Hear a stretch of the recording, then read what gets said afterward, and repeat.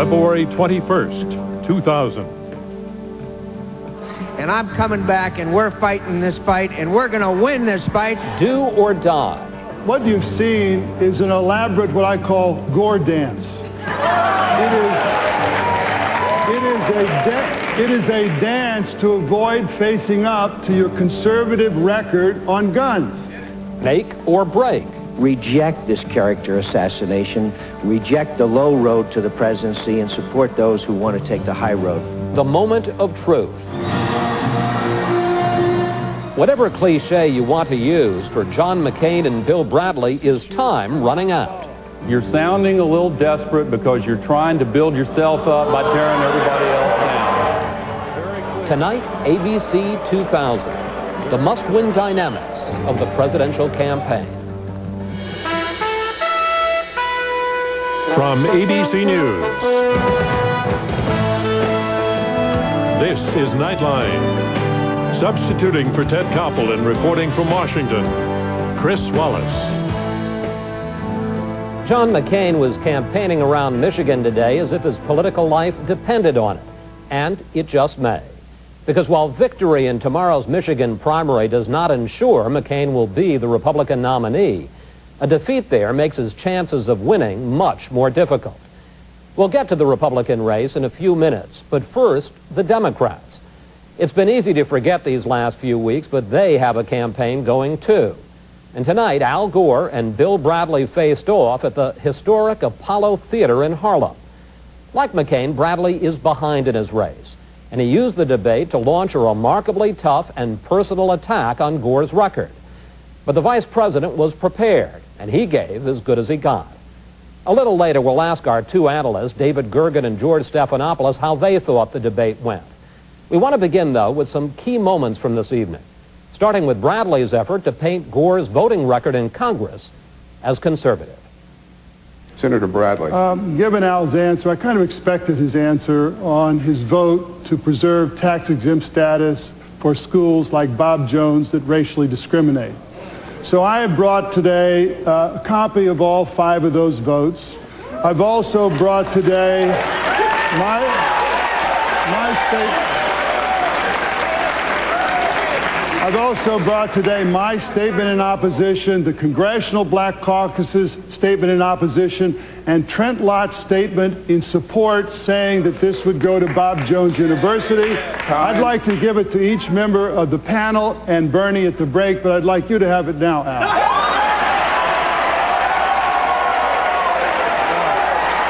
I respond now? Can I respond now? No, sir, we're going to the internet. This was a vote on quotas. I take it you're not in favor of quotas. Bob Jones University lost its tax exemption under the law that I supported. They still do not have a tax exemption. So that is a phony and scurrilous charge. Now, let me ask you again. I think this country is better off for having the Tom Joyner show and for having April Ryan and for having WLIB. None of those might be available except for the extra affirmative action for black-owned radio stations. Why did you vote against them? Why did you vote against them? Gentlemen. The tension between the two was perhaps even greater when Senator Bradley was asked whether the vice president has the character to make a good president. If Al were the nominee, I would support him. My view, however, is that we have very different views of the Democratic Party. In Congress, he introduced 4 bills that dealt with education and 0 bills that dealt with health care. He was a conservative Democrat, did not support national health insurance, had an 84% right to life voting record, and was the poster boy for the NRA. What I'm saying is that's one view of what the Democratic Party can be.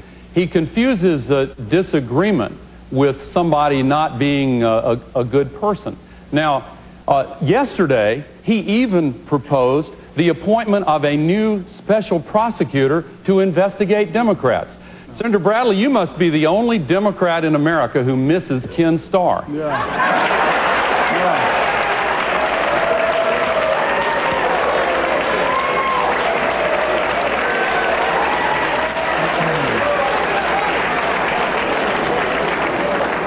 Senator Bradley? I did not propose a special prosecutor. I said that the Democratic Party will lose its mantle as a reform party if we don't come to terms with what happened in 1996. I am the one who has been endorsed by the leading pro-choice group. I have been endorsed by organized labor. I have been endorsed by Senator Ted Kennedy and by virtually the entire Congressional Black Caucus. Now, do you think that they all have such poor judgment, Senator Bradley?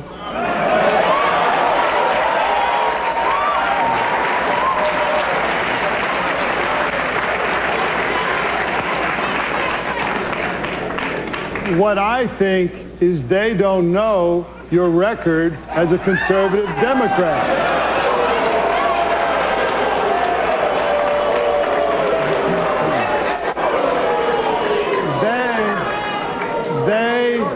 They don't know that you voted 5 times over 3 years for a tax exemption for schools to discriminate on the basis of race. It's in the record.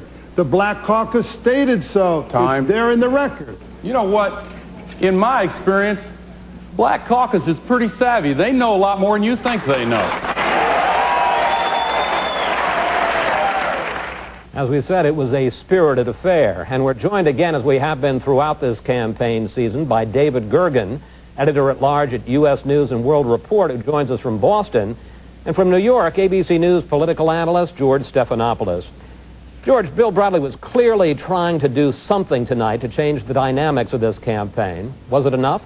I don't think so, but I think that had Bill Bradley done this, say, a month or two ago before Vice President Gore built up such an overwhelming lead, it might have done some good. He found a way to attack Gore without attacking the Clinton-Gore record by going against the conservative Gore record in the Congress. I think had he done that before Gore had so many wins piled up, it would have done some good. Now he's probably gotten himself off the respirator, but not enough to put himself back in the middle of this fight. David, let's take a look at that, because what his basic attack line, Bradley's basic attack line was, before he became vice president, he was a very conservative congressman and senator. How does that play? I don't think it worked, Chris. Here's Bill Bradley's problem. It's been his problem all the way in his campaign. Over 80% of black Americans approve of the Clinton administration's handling of the presidency.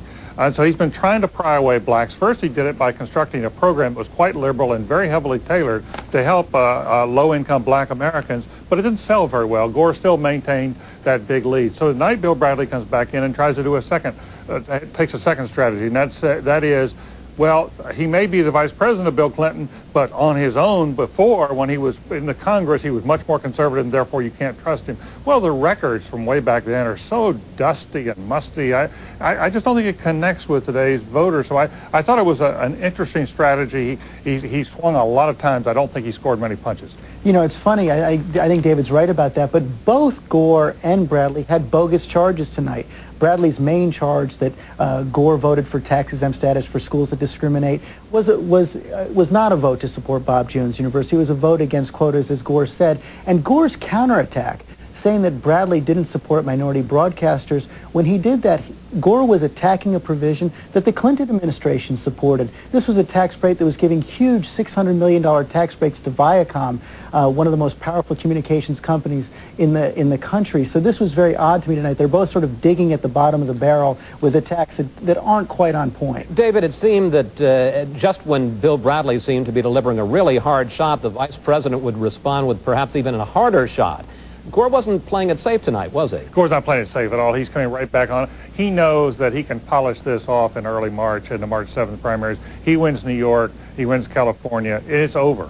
And right now, Chris, in the New York state, where 35 to 40% of the voters are going to be black or Hispanic, Al Gore is leading Bill Bradley among black voters by around 2-1. So he wasn't going to give up any ground tonight to Bill Bradley, and I think he defended himself very well. I thought Gore was unusually sharp tonight. Very sharp on the counterattack. What Bradley's going to try to do now is take this same attack tomorrow, give a major speech where he makes this attack against Gore's conservative record, carry it through over the next week, and hope that he can pull off some sort of a surprise in the Washington caucuses next Tuesday, February 29th. But it's a long shot strategy. Right. He's been fading, George, as you well know. I don't know quite what happened to Bill Bradley's campaign. He was very close up in New Hampshire, didn't quite make it, and then I really think he's paid the price for the John McCain campaign. It's been very hard for him to maintain any momentum after that. Gentlemen, we're going to have to take a break for a moment from the Democratic race.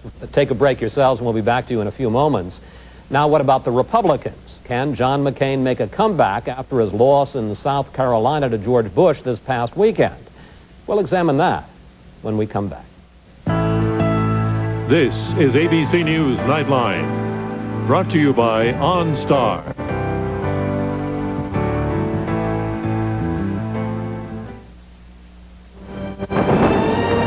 Good evening, Batman. Alfred. I've stepped up safety in the Batmobile, sir. Really? Should a villain steal it, someone will track it. If your airbag goes off, an advisor will assist you. If you're stranded, satellites will help locate you. And where have you put all these things? Just press the OnStar button, sir. Well done, Alfred. My pleasure, sir. OnStar, how can I help you, Batman?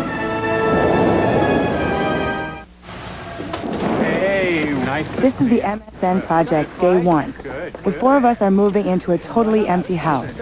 Everything we need we'll get from the internet with MSN. Hey, it's ready! We'll connect with MSN and then we'll use it for everything we do online. You know, it's empty, but I think that we're going to fill it with love. I'm going to order me a bed. Call 1-877-YOUR-MSN to get the everyday web. Tomorrow, making an older person look young again. Can new information turn back aging? Watch ABC's World News Tonight with Peter Jennings. Politics is tough, but when John McCain compared me to Bill Clinton, said I was untrustworthy, that's over the line.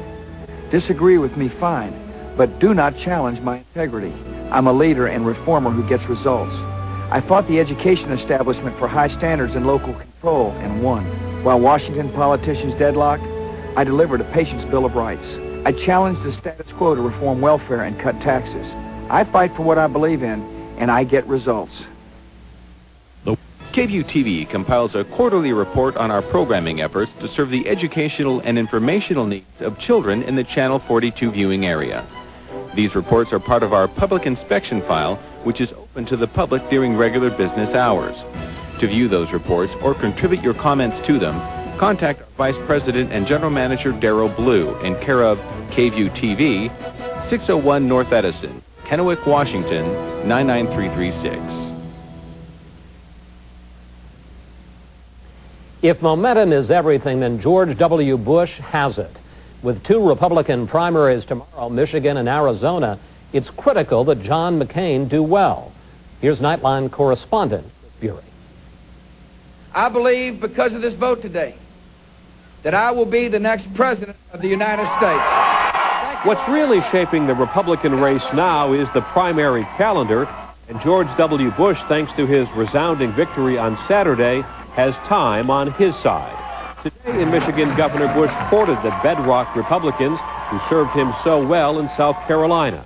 And as he did there, Mr. Bush tried to tag Senator McCain as a hypocrite without ever mentioning the H word. You know, he talks about the Iron Triangle in Washington, D.C. He's been ringing that Iron Triangle like a dinner bell, raising the money from lobbyists. John McCain, meanwhile, is under pressure. He must win Michigan to stay competitive in the primaries looming just around the corner. In Michigan, he is desperately trying to reclaim the mantle of reformer that, according to the exit polls, Mr. Bush so effectively snatched from him in South Carolina. Governor Bush calls himself a reformer. My friends, if he's a reformer, I'm an astronaut.